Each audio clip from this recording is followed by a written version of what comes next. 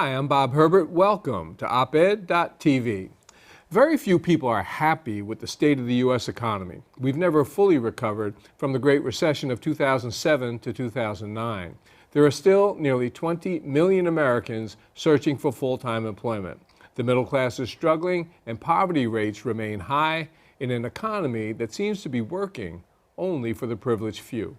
We'll discuss this with my guest, Jeff Madrick, an economist and director of the Schwartz Rediscovering Government Initiative at the Century Foundation here in New York, and author of the forthcoming book, 7 Bad Ideas: How Mainstream Economists Damaged America. Jeff, welcome. It's good to be here, Bob. Good to nice see to see you. You are not one of the economists who damaged America. So well, not too much. Less than the others. I hasten to point that out. But this is kind of a maddening economy, limping along so long after the recession. There are still very high jobless rates. There's a great deal of poverty in the country. On the other hand, the stock markets are at record highs or near record highs. What is really going on? How healthy or not is this economy? Well, I think an economy should do one thing above all others. It should create work and opportunity for most citizens of the nation. Mm-hmm. And this economy simply isn't. It's fair to say the recession really didn't stop. We have, formally speaking, 6.3% unemployment, say 10 million people out of work. Less formally speaking, but more accurately speaking, when you talk about people looking for part-time work and can't find it, and other discouraged workers, as you mentioned, close to 20 million people looking for jobs. But that's not the whole story. Wages are not going up, even for those who do have jobs. The jobs that are coming back tend to be the low-wage jobs that were lost. In fact, more low-wage jobs are coming back than were lost in the recession. Right. Than high-wage jobs that were lost. Fewer middle-wage jobs. Far fewer middle-wage jobs than were lost in the recession are coming back. So the most important thing an economy can do is create jobs, opportunity, give people a sense of esteem and opportunity, and this economy is not doing that. So why isn't it? I think it's because we have adopted first and most important, the wrong economic policies in Washington. We need serious fiscal spending. It's anathema. It's been anathema for 30 or 40 years now, ideologically in America, to talk about that very much. But we need government investment in our infrastructure, in our education systems, in clean energy, I think, dealing with poverty in a very serious way. One of my pet concerns is child poverty. Maybe we'll get a chance to talk about that. Right. And government just isn't. It's cutting back. We know it's cutting back on social programs. It's cutting back on infrastructure. It's cutting back on highways right now. I mean, it almost would seem to me to be common sense. I mean, you have this great, sprawling, wonderful country. You have to invest in it to maintain it. To maintain your physical plant, to maintain your human capital, to present opportunity, and yet we're not. And of course, to make these investments that you're talking about, you have to have tax revenues in order to do that. We've gone in exactly the opposite direction. So talk about that a bit. Well, it's very disturbing. Here we are, a very rich country, and we have about the lowest tax rates on average, when you include all taxes, income taxes, sales taxes, state and local taxes, and payroll taxes, about the lowest tax rate of any major rich nation in the world.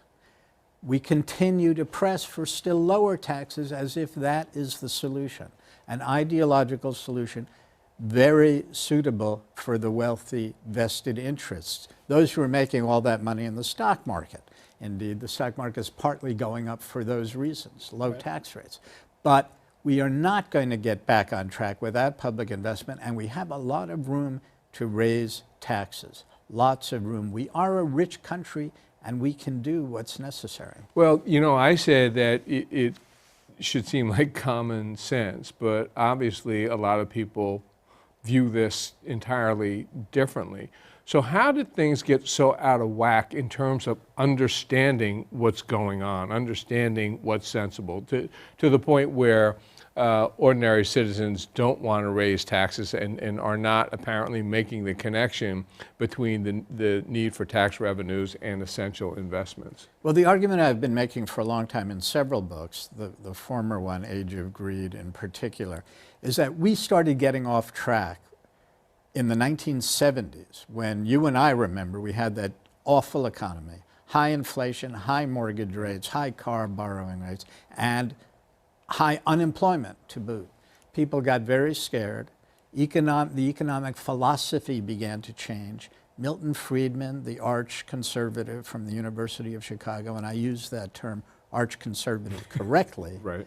said it's government's fault for a number of complex reasons. And Democratic and left of center economists began to buy into that argument as well. Meantime, we had a high deficit. Politicians exploited the fear of the deficit. And I think that's the main catalyst for a changing ideological attitude towards government, which, after all, people looked unfavorably enough to pass Lyndon Johnson's Great Society programs. Some of those programs, however, once people started suffering some in the economy, the racial attitudes about those programs, giving money to people of color, for example, who weren't working for it, that started to boil up also and create an anti-government, anti-social spending attitude. You and I have seen that. I've been asked, I once spoke at the Bush Institute in Dallas about the need to raise taxes and spend more government money, and people would come up to me, it was a highly biased audience, come up to me and say, you're wrong, it's not that we don't believe in government, we just don't want to give money away to those people. To those people, exactly. That started creating an anti-government attitude also. And there was Watergate and Vietnam, but I think basically when people suffer economically, they don't want to pay more taxes, they look for government as a scapegoat, and that's what happened to America. And we haven't had effective democratic backlash to it. That's what I was going to mention. So Democrats, liberals, progressives, however you want to characterize the folks who should be in opposition to this state of affairs, have not made an effective counter-argument. Why do you think that's been the case? I think, well, take the case of Bill Clinton, for example. He did raise taxes on the well-off in 1992/1993. It was a very good policy. I think is a major economic achievement, except maybe paid leave, but major economic achievement. And then he reversed. Then he started only talking about the deficit. Right, balance the budget. Balance the budget, pay back the debt. If we get surpluses, we're going to use it to pay back the debt. Right. He would tell Alan Greenspan that. They were great buddies. Bob Rubin from Wall Street advocated the idea with Clinton. Bob Rubin and Alan Greenspan basically ran the economy together, and the idea was get the deficit down, keep inflation low. And what's missed, I think, most in these histories, which I try to tell a little more in this forthcoming book, but also in Age of Greed, they unnecessarily kept the unemployment rate up to reduce the bargaining power of workers. That was an explicit Alan Greenspan goal. So we kept the unemployment rate up, fewer jobs, and reduced increases or even declines in wages. Wages basically stagnated for men and rose slowly for women over 30 years. And when you do not pay attention to jobs, or when you think that it's effective policy to hamstring workers, to curtail their bargaining rights and that sort of thing, ultimately it's counterproductive. The Henry Ford story about the $5 a day wage, I mean, it's been distorted in the telling. He actually was opposed to it initially, and when Ford did adopt the $5 a day wage, the primary reason was to curtail turnover. But there is something to the idea that you have to have jobs and pay a decent wage in order to maintain consumer purchasing power. Well, yeah, also Ford wanted to keep the unions down, of course. Right. So it would seem to me that that's what we're afflicted with now. There's just, we've got a consumer economy where I guess consumer spending is 70% of economic activity, but the consumers are almost always strapped, stressed, out of work, low wages, that sort of thing. I think It doesn't make sense. You hit the nail on the head there, and it's a big a theme of mine, and I keep proposing it. I was at a little conference of abstractionists, economists or Wall Street policymakers, and they said, all the economic models are dead. The export model of China is dead. The borrowing model of the US, where we borrow to build houses and create support and stimulus for the economy. Everything's dead. You know what's not dead and what really works? A high wage economic policy. Right. And I'm not being facetious. Right. That's what we had in the 50s and 60s. We realized high wages drive demand. Germany and China's changing some, thank goodness, but it would be nice to see it move more rapidly. But Germany has a low wage policy, and they're considered widely in mainstream economics doing well. Wages are low in Germany, so they can export their goods at lower costs. Wages are moderately low in China. They're coming up some, but not fast enough. It's a low-wage model. We need a high-wage model. We have to generate demand for goods and services, and then we'll generate the capital spending that we need and build up income. So even without tax revenues, maybe we can invest more, even though the deficit hysterics are around. Right. You mentioned child poverty. It's a pet peeve of yours. Talk about it a little bit. To me, it's the scourge of America, really. I mean, I always say bad jobs are. But this is the richest country in the world. How many times? You don't need me to say this too many more times, of course. We have the highest child poverty rate among the 30 or 35 richest nations in the world. Scandal. 1 out of 23% of 18 and under, but 1 out of 4, 25% of those under 6 years old grow up in poverty. Right. And the documentation is undeniable any longer. The psychological and emotional drama these kids go through, the disadvantages, the neighborhoods. But the newest thing, though it's not entirely new, the newest idea that's developed and drawn strong neurological support from the scientific community is that stress, neglect, and violence at home lead to neurological changes in the brain, changes in brain architecture that reduce the neural activity, reduce the development of nerves, and lead to smaller, say, the smaller hippocampus, which controls memory and emotions and so forth. This is actually well documented. Persistent neglect, lack of nurturing, leads to a change in brain architecture. How can we talk about equality of opportunity when these kids are behind the 8 ball from day one? So now what we've witnessed over a long period of time, you mentioned the situation back in the 70s, but what we've witnessed over a long period of time has been a series of very serious economic failures in this country, one presidential administration after another. And that's had a devastating impact on scores of millions of Americans. Now, you've written a book, soon to be released, and it's called 7 Bad Ideas, How Mainstream Economists Damaged America. Tell us a little bit about your book. Well, I think economists have gotten away with it. We blame the bankers, we blame the wealthy interests, we blame inadequate politicians, we blame, and you and I together probably blame people who make deficits the #1 enemy. Right. But economists, and I'm talking about mainstream economists, not just University of Chicago right-wingers, but economists by and large across the political spectrum, at least to the moderate left and Democrats, have supported ideas that were the basis of the financial crisis of 2007 and to some degree the slow recovery or lack of recovery since then. They supported notions like the so-called Great Moderation that claimed between the early 80s and 2007, the economy was in an ideal state. Why? Because it didn't fluctuate very much. They ignore the fact that wages stagnated or even fell for men. How can you ignore that? They ignore the fact that we had financial crisis after financial crisis. I won't list them. We'd have to run into the next program. 1982, 1987, 1990, right. 1994, and 1997, of course, the East Asian crash and long-term capital management plunge in Russia. Then the high-tech bubble burst. And here we have economists, Ben Bernanke was the leader of this group, talking about how we had an ideal economy for this period of time. I address that in this book. I address the fact that basically if you listen to mainstream economists, you would by and large believe there could not be a speculative bubble. Right. You know, remember, Bernanke said we can't pop it. During the housing crisis, the housing bubble, yeah, exactly. Can't be, or even if it breaks, it won't be bad, he said, as late as 2007. Alan Greenspan was right in there. It conformed to mainstream economic thinking for the most part.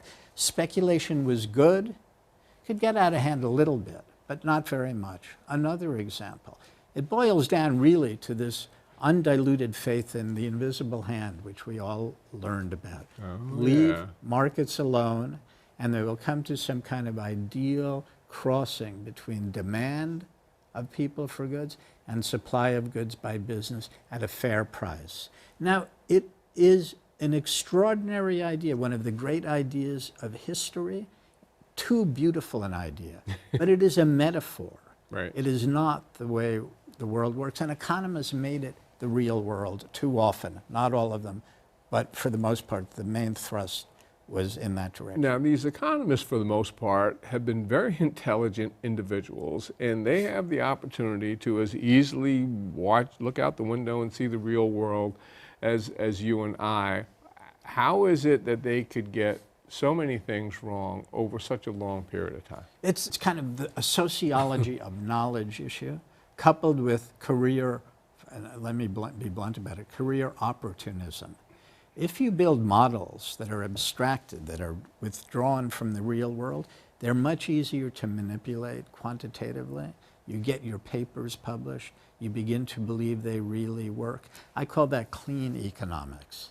In my forthcoming book, I say what we need is dirty economics. When economists get down and dirty, look under the hood, really go out and do empirical work about how markets really work, it begins to violate the theoretical norms they abide by. The minimum wage is an example.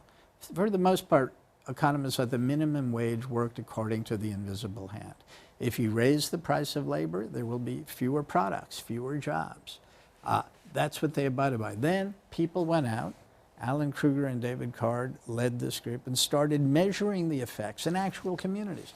And they found, hey, if that's true, it's marginally true, and it's often not even true. You raise the wage, you might even get more economic activity. In fact, on balance, you will. And if there's a job loss, it'll be minimal compared to the other benefits. Often there's no job loss at all, and even a job gain, because they got down and dirty. Just let me say this quickly. What never happened among the establishment was getting down and dirty and looking at collateralized debt obligations, credit default swaps, all those extremely complex, risky securities that Wall Street created. The New York Federal Reserve should have been under the hood there, and they didn't get under the hood. They had no idea how risky and misleading those securities were. Well, that seemed to me to be a case of willful denial. I mean, they became such an enormous and important part of economic activity, and everybody was looking the other way. I mean, I'm reading that the heads of some of these banks didn't even understand some of these securities, didn't understand how they worked and that sort of thing. Oh, I'm sure the heads of banks didn't understand. That wasn't really their job. Their job was to get people who they thought understood, and some of those people understood, but the people who ran pension funds, for example, they didn't really understand what they were buying. There's a lot of evidence about that. Good, well-educated, often economists didn't understand. But those who did understand, if they understood that this was such an enormous component of the economy, did they not see that if the bottom fell out, that it would be catastrophic, and that there was a chance that the bottom would fall out the way everyone was rushing to invest in these things? This is part of what I address in this book. There is no financial model built into the macroeconomic models in the economic mainstream. I think it's safe to say that while a handful of economists predicted a serious problem and a fall, no one in the US predicted the size of the catastrophe that occurred. There's one Australian man named Keane, I think. Very good, interesting economist who did. So I think that's the indictment right there. Is it willful denial? Yeah, I think it was willful denial by Wall Street and the Federal Reserve. There's all that complication of regulators eventually getting jobs on Wall Street. It's a serious set of conflicts of interest. But economists should have been up in arms. And to some extent, they're generally in willful denial. This is a harsh scary thing to say. thought, Yeah, Jeff. but it's something of a racket, economics. They say they know things they don't really know. And they get very good jobs in government. Then from government, they go to financial firms. And they get tenure in major universities at wonderful salaries compared to professors in virtually any other field. So it's upsetting to me. And that's why I wrote this book. One of the bad ideas you talk about, bad ideas, is that low inflation is all that matters. They really do. Economists, bankers, the Fed, they really do seem to think that is the case. Yeah, Why is that a bad idea? Because well, first of all, there are many other factors, but they adopted this attitude called inflation targeting. Sometimes a firm inflation target, sometimes a somewhat more flexible one, because they believe that the economy works so well that as long as we keep the price level stable, the participants in the economy, business, consumers, and so forth, will be able to make sensible, rational decisions, and automatically we will optimize. We will grow as fast as we possibly can. To get the inflation that low, however, it required them to suppress wage growth because they felt if wages rise, businesses would increase inflation, then we'd be off and running again. There was no empirical evidence, underlined 3 times, no empirical evidence, that an inflation rate of 2%, which was roughly the accepted target of these people, actually was some kind of optimal rate. No evidence that 3 or 4% wouldn't have been just as good. The victim of this policy was basically the American worker. So they've kept inflation low. The interest rates are, I suppose, as close to zero as you can get over the past few years. And we've had stock markets at record highs. I'm really concerned, is this yet another bubble? In this case, the stock market bubble, and are we ultimately going to pay a price for that, or am I worrying needlessly? No, I think there's reason to worry. My guess is it's not a bubble, but famous last words. I think I'm very concerned that these corporations are making so much profit and not investing it, or using tax dodges to inflate their cash coffers, or using that cash to buy back their stock, which in turn raises the price of the stock. Why not, if you're a CEO and you have stock options and the stock price goes up, why not use the corporate cash to buy back the stock and make yourself rich? Why not? Right. That's what they do. So that's what many of them do. It's pretty well documented. This is not some wide-eyed notion. And so I'm concerned that there is too much unused wealth in the economy, partly because we don't have the right economic policies. There's not enough wage growth to drive demand. That's when companies grow for real reasons and begin to invest. And that's what should be driving the stock price up. This idea of using tax dodging and to build up cash reserves is going to backfire, could backfire on us. I'm not saying it will right away. Counterproductive in the long run. Absolutely. They've been counterproductive on Wall Street for a long since time. we were around, really. Well, we've run out of time. We've run out of town. We should run the Economists out of town.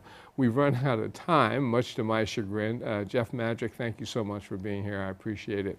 We'll be back in a moment with a final word.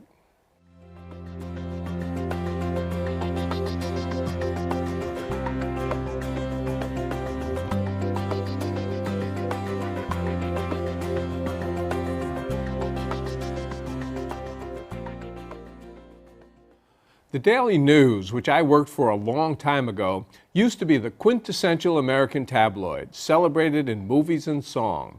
Its headlines were often clever. Who's a bum? When the Brooklyn Dodgers, known as the Bums, won their first World Series in 1955, and the famous Ford to City dropped dead during the fiscal crisis of the 1970s. But lately, the news has been embarrassing itself with headlines so vulgar you want to hide them from children. The idea is to get as close to a dirty word or phrase as possible. So a front page headline about a sham marriage becomes, I do. A complaint about a comedian carries the headline full of S and then symbols for the rest of the four-letter word. A front page picture of a bikini-clad woman is placed beneath the words, son of a beach. There are many others. When my sister and I were young, we would read newspapers at the kitchen table with my mom and dad. I don't know how my parents would have reacted to headlines like these. Luckily, they didn't have to. Today's parents shouldn't have to either. That's all for now. See you next time.